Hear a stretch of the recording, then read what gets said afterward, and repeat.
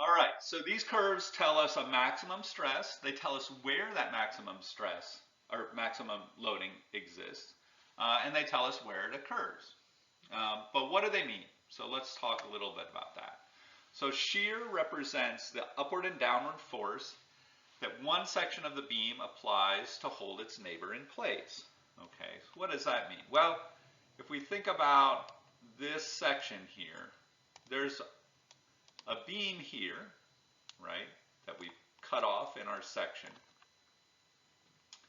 This beam is acting on our section, right?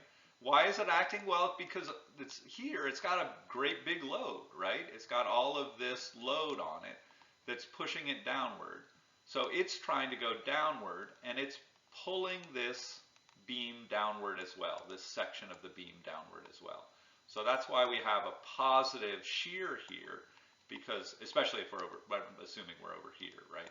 We have a positive shear over here because all of this is pushing this beam down at that section, right? And so this section is trying to hold up that whole other part of the beam. And that's what shear force is. It's all about that upward and downward force.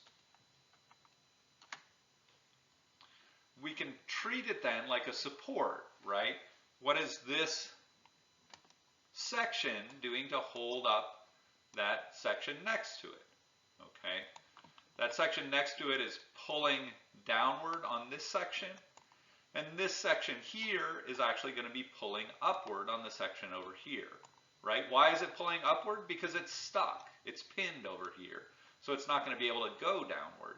So it provides, this support force provides that upward force. And so again, right next to the support, we've got, if I place my section right here, I've got all of this force pushing down on my beam, and the only thing holding this beam up over here is this, which isn't strong enough to hold all of that load, but the rest of it is being held by a shear force right here, in which this tiny section of the beam is holding up this entire section here. And so shear magnitude tends to be high near our supports because the support holds up that beam. And then the beam section must transfer that to its neighbor. And that's what shear force does. It transfers those up and down forces.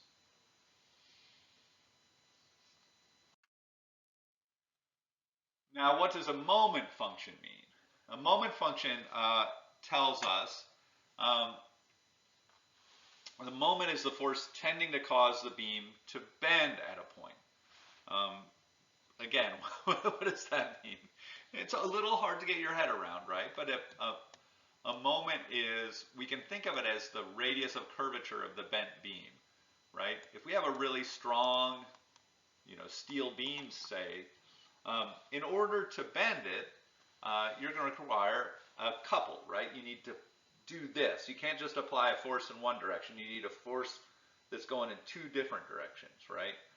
And that's what a moment is. The moment is that couple that turns, that forces something to bend here. So the moment is equivalent, or is going to be proportional to the bend in the beam. That's not the same as saying that this curve here is what the bending beam looks like. Okay, that can be sort of tempting to think that, but all that this is saying that it's bending a lot here, and it's not bending very much here. It's not about this curve itself. It's about what that internal moment is.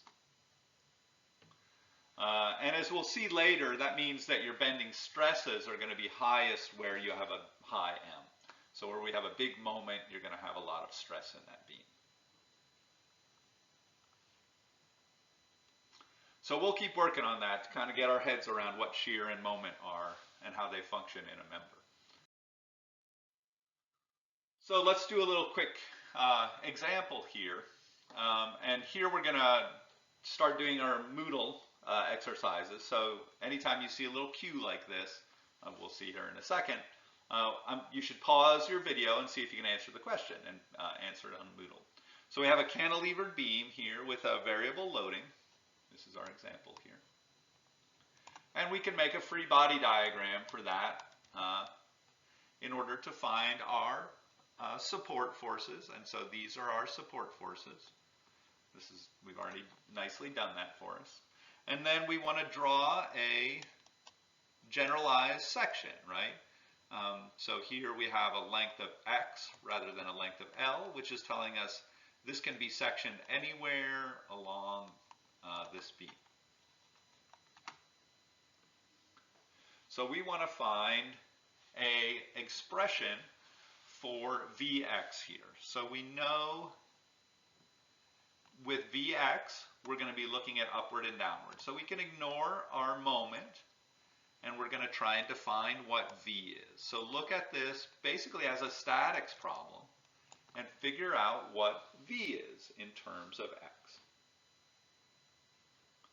And go ahead and pause it, and I'm going to move on.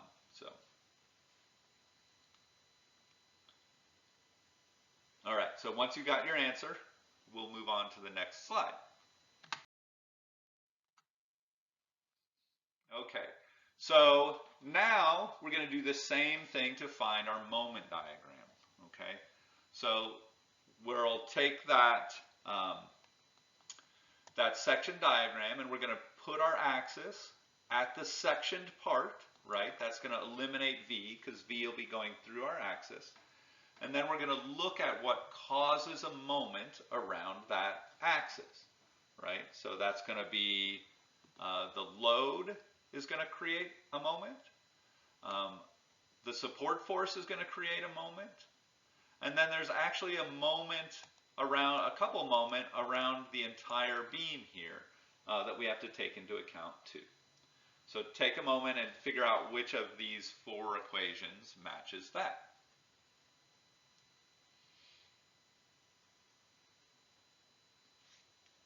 And I'll move on to the next one.